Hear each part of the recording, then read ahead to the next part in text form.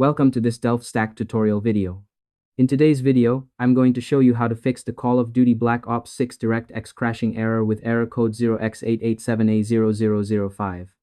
Whether your game crashes during launch, freezes while loading graphics, or shuts down randomly while playing, this simple step-by-step guide will walk you through everything you need to know to fix the issue and get back into the game. First, open your Windows keyboard shortcut by pressing the Windows key plus R, then type DMGMT, MSC, and press OK. Once Device Manager opens, look for Display Adapters and expand it. Right-click your graphics card, select Properties, then go to the Driver tab. Click Update Driver and choose Search Automatically for drivers. Let Windows install any available updates, because outdated GPU drivers are one of the main causes of this DirectX error.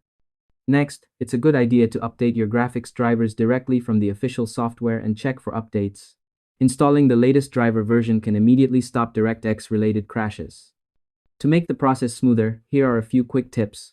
Make sure Windows is fully updated, close unnecessary background apps, and avoid running overlays while gaming.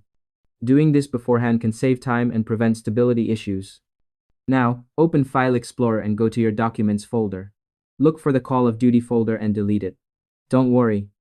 This folder will be recreated automatically when you launch the game, and removing it helps fix corrupted configuration files that can trigger DirectX crashes. After that, open the Start menu and type Graphics Settings, then open it. If you're using the Xbox app or Microsoft Store version, click Browse under Microsoft Store app, select Call of Duty Black Ops 6, click Options, choose High Performance, and press Save. Once you've completed these steps, restart your computer. After that, launch Call of Duty Black Ops 6 again. You should now be able to play without running into the DirectX error code 0x88780005.